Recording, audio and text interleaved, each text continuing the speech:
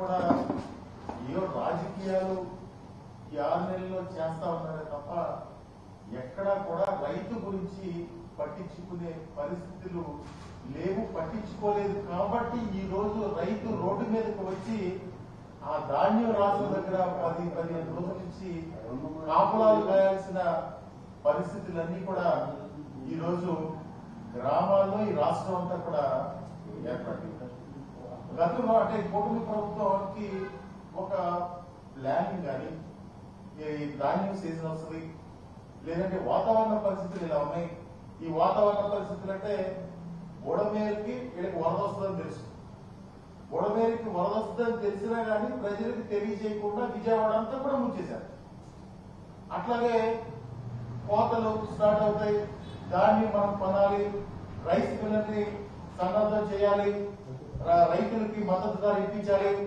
ఎన్నికల ముందు మనం అబద్ధాలు చెప్పి ఓట్లు వేయించుకున్నాం, రైతులందరికీ కూడా న్యాయం చేసేస్తాం అని దుష్ప్రచారం చేస్తూ ల్యాండ్ టైటిలింగ్ యాక్ట్ అని అదని ఇదని రకరకాలుగా జగన్మోహన్ రెడ్డి గారిని దూషిస్తూ ఎన్నో మాటలు మాట్లాడినటువంటి ఈ కూటమి నాయకులు ఈ రోజు కనీసం రైతు దగ్గర నుంచి ఒక బస్తా ధాన్యం కూడా కొనిపించలేని పరిస్థితి ఏర్పడతా ఉంది.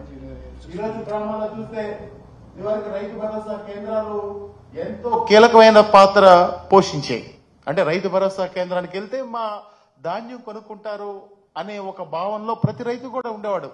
కానీ ఈ రోజు రైతు భరోసా కేంద్రం అంటే ఇప్పుడు రైతు సేవా కేంద్రాలుగానే ఏదో మార్చారు. ఈ రోజు రైతు సేవా కేంద్రానికి వెళ్తే మీరు పలానా రైస్ మిల్కి వెళ్ళండి, మీ దగ్గర 1300 కొంటారు, 1400 కొంటారు అని చెప్పి వీళ్ళే సలహా ఇచ్చి రైతును తప్పుదోవ పట్టించి ఈరోజు రైతు నష్టపరిచే విధంగా చేస్తా ఉన్నారు.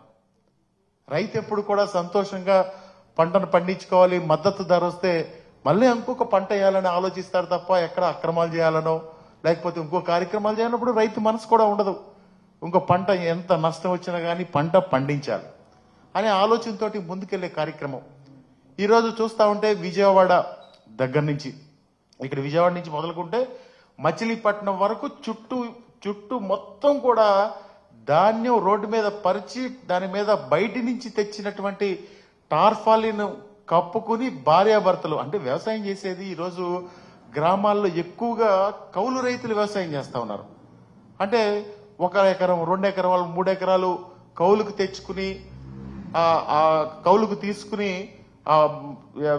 ఎరువులు అప్పులు తెచ్చుకుని లేకపోతే బయట పెట్టుబడికి డబ్బులు అప్పు తీసుకుని చేసే పరిస్థితి వీళ్ళు ఎలాగో రైతు భరోసా కూడా ఇవ్వలేదు కనీసం.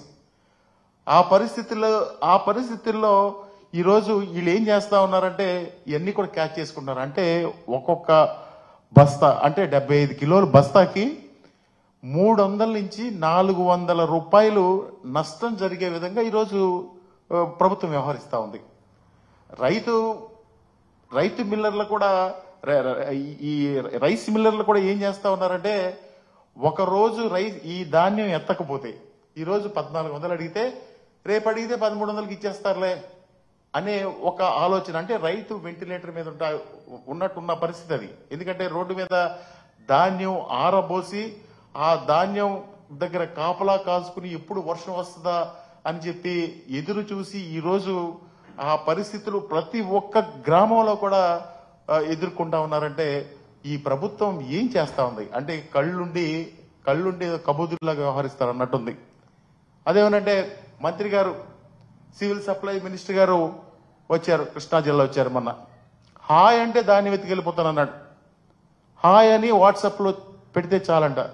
మరి రైతులు ఎంతమంది మేము గ్రామాల్లో తిరుగుతూ ఉంటే హాయ్ అని పెడుతున్నామండి, కనీసం ఎవరో రెస్పాండ్ అవ్వట్లేదు అని కూడా చెప్తా ఉన్నారు.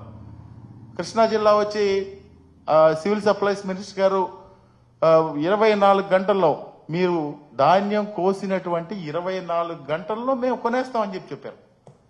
దానికి ఈరోజు ఏం చెప్తారు, సలహా ఇస్తారు పక్క జిల్లా రైస్ మిల్లర్ల దగ్గర అమ్ముకోండి మీరు తీసుకెళ్ళని చెప్పి. అంటే ఇదివరకు గత ప్రభుత్వంలో వైఎస్ఆర్ కాంగ్రెస్ పార్టీ ప్రభుత్వంలో ఎప్పుడైతే ఈ కోతలు స్టార్ట్ అవుతాయో జిల్లా యంత్రాంగం అంతా కూడా ఆ మన గోను సంచులు, టార్ఫాలిన్లు అన్నీ కూడా రెడీ చేసుకుని ఒక సిద్ధంగా ఉండేవాళ్ళు. కానీ ఈరోజు మీ ధాన్యం తడిచిపోయింది అంటే ఇతర జిల్లా మిల్లులు కూడా ఇదంతా కూడా ఒక మాఫియాగా అవుతా ఉంది. ఇతర జిల్లా మిల్లులు వాళ్ళు కూడా వచ్చి ఇక్కడికి వచ్చి 1200 కొంటాం 1300 కొంటాం అని చెప్తా ఉన్నారు. అంటే దీని వెనకాల ఎంత మాఫియా దాగుందో ఒక్కసారి మనందరం కూడా మీ ద్వారా నేను అడుగుతా ఉన్నాను. మీరు కూడా ఒకసారి ఆలోచన చేయవలసిందిగా మనవి చేస్తా ఉన్నాం. ప్రతి గ్రామంలో కూడా ఈరోజు ఇబ్బందులు పడతా ఉన్నారు. రైతు భరోసా కేంద్రాలు నిర్వీర్యం అయిపోయినాయి. రైస్ మిల్లర్ దగ్గరికి వెళ్తే సమాధానం చెప్పే పరిస్థితి లేదు. ఈ రోజు ధాన్యం తీసుకెళ్తే 2 రోజులు 3 రోజులు అన్లోడ్ అవ్వట్లేదు, బిజీగా ఉందని ఒక నెపంతో ఆ లారీ అక్కడ పెడితే ఆ లారీకి కూడా డబ్బులు ఈ కిరాయి చెల్లించాల్సింది రైతే అనే పరిస్థితి మనం ఒక్కసారి గుర్తు చేసుకోవాలి. అదేవిధంగా ఇక్కడి నుంచి ఈస్ట్ గోదావరి, వెస్ట్ గోదావరి, కృష్ణా జిల్లా నుంచి వెళ్ళాలంటే 150, 250 కిలోమీటర్లు, అంటే మండపేట దాకా వెళ్ళాలంటే 250 కిలోమీటర్లు అక్కడికి వెళ్ళి అమ్ముకోమని చెప్తా ఉన్నారు. అంటే వాళ్ళకి ధర రాకపోగా పైగా ఈ ట్రాన్స్పోర్ట్ ఛార్జెస్ కూడా వీళ్ళే చెల్లించాల్సిన పరిస్థితులన్నీ కూడా కనపడతా ఉన్నాయి. ఎప్పుడు కూడా రాష్ట్రంలో రైతు క్షేమంగా ఉంటే ఈ రాష్ట్రం సుభిక్షంగా ఉంటదనేది మన పెద్దలందరూ కూడా చెబుతా ఉంటారు. మనందరం కూడా ఈ రోజు ఉన్నామంటే ఆ రైతే రాజు. ఆ రైతు వల్లే మనందరం కూడా ఈ రాష్ట్రంలో ఇంత సంతోషంగా ఉన్న విషయాన్ని మనందరం కూడా ఒకసారి గుర్తు చేసుకోవాల్సిందిగా మనవి చేస్తా ఉన్నాం. అంటే దాదాపుగా కేంద్ర ప్రభుత్వం సాధారణ రకానికి 2300, అదేవిధంగా ఏ గ్రేడు 2320 రూపాయలుగా మద్దతు ధర ప్రకటించింది. నేను వైఎస్ఆర్ కాంగ్రెస్ పార్టీ తరపు నుంచి ఈ ప్రభుత్వాన్ని, కూటమి ప్రభుత్వాన్ని, చంద్రబాబు నాయుడు గారిని, నాదెండ్ల మనోహర్ గారిని అడుగుతా ఉన్నా. నేను మీరు ఇంతవరకు ఈ రాష్ట్రంలో ఒక్క బస్తా అన్నా గానీ రైతుకు మద్దతు ధర చెల్లించి కొన్నారా? ఒక్క బస్తా కూడా ఈ రోజు వరకు ఆంధ్రప్రదేశ్లో ఏ రైతుకి కూడా మద్దతు ధర లభించలేదని చెప్పి మేము ధైర్యంగా సవాలు చేయగలం, చెప్పగలం, నిరూపించగలం. మీరు వస్తే చూపించగలం. ఎక్కడన్నా ఒక్క రైతుకి మీరు మద్దతు ధర అందజేయగలిగి ఉంటే. అదేవిధంగా అంటే ఎంత దారుణం అంటే 6 నెలలు అయింది కూటమి ప్రభుత్వం వచ్చి.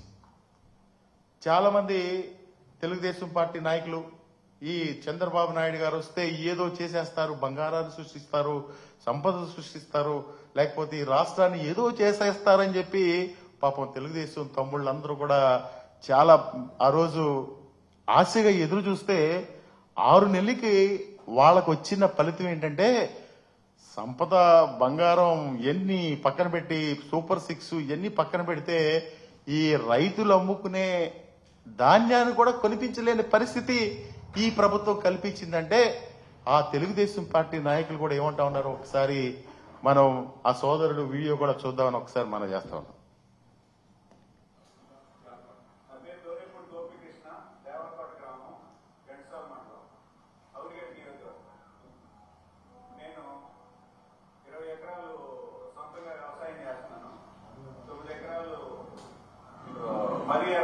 సాగు చేశాను. అది తేమ శాతంతో సంబంధం లేకుండా కొంటున్నామంటే ఈ రిస్కులు పడలేమని చెప్పి 1500 రూపాయలకి 76 కిలోలు వస్తా అమ్ముకున్నాను. యాక్చువల్ గా 76 కిలోలు అనేది పూర్వం ఉండేది, ఇప్పుడు తీసేశారు. అయినా సరే మిల్లర్ 76 కిలోలు, అక్కడ 23 రూపాయలు నష్టపోతున్నాను. 1262 వెరైటీ 10 ఎకరాలు సాగు చేశాను. అది ఇక్కడ బాలుగా బల్లాని దూరం 16 కోసి ఆగబెట్టాను. 1260. అది ఇప్పుడు కొనేవాడు లేడు, సంచులు ఇవ్వట్లేదు. 1400 రూపాయలకి అయితే కొంటామని బేరగాడు చెప్తున్నారు. అది అమ్ముకోవడానికి ఇష్టం లేక సమస్య సాల్వ్ అయ్యేంత వరకు ఇలాగే ఉన్నామని అనుకుంటున్నాను. నేను పూర్వం తెలుగుదేశం పార్టీలో, ఇప్పుడు కూడా తెలుగుదేశం పార్టీ కార్యకర్తనే సానుభూతిపరుని. ఇప్పుడు ఇంతకుముందు నేను శ్రీకాకుళం డిస్ట్రిబ్యూటరీ కమిటీ ప్రెసిడెంట్ నీటి సంఘాలు చేశాను. ఈ రోజైతే తెలుగుదేశం లేదు, ఏ పార్టీ లేదు, రైతుకు అన్యాయం జరుగుతుంది. రైతు క్రితం సంవత్సరంలో మేము మద్దతు ధరకి తేమ శాతంతో తీసుకున్నాం. ఇప్పుడు అసలు తేమ శాతం అనేది ఎక్కడ రైస్ మిల్లర్ కనపడనివ్వట్లేదు. ఇది మా రైతుల తరఫున తీవ్ర నిరసన వ్యక్తం చేస్తున్నాం. స్వయంగా తెలుగుదేశం పార్టీకి సంబంధించిన నేను తెలుగుదేశం పార్టీ మద్దతు ధరనే నేను చెప్తున్నాడు. ఆయనే ఆ విధంగా చెబుతా ఉంటే ఈ గ్రామాల్లో పరిస్థితి ఏ విధంగా ఉందో ఒక్కసారి మీరందరూ మీ ద్వారా ఈ రాష్ట్ర ప్రజలందరూ కూడా కోరుకుంటా ఉన్నాను.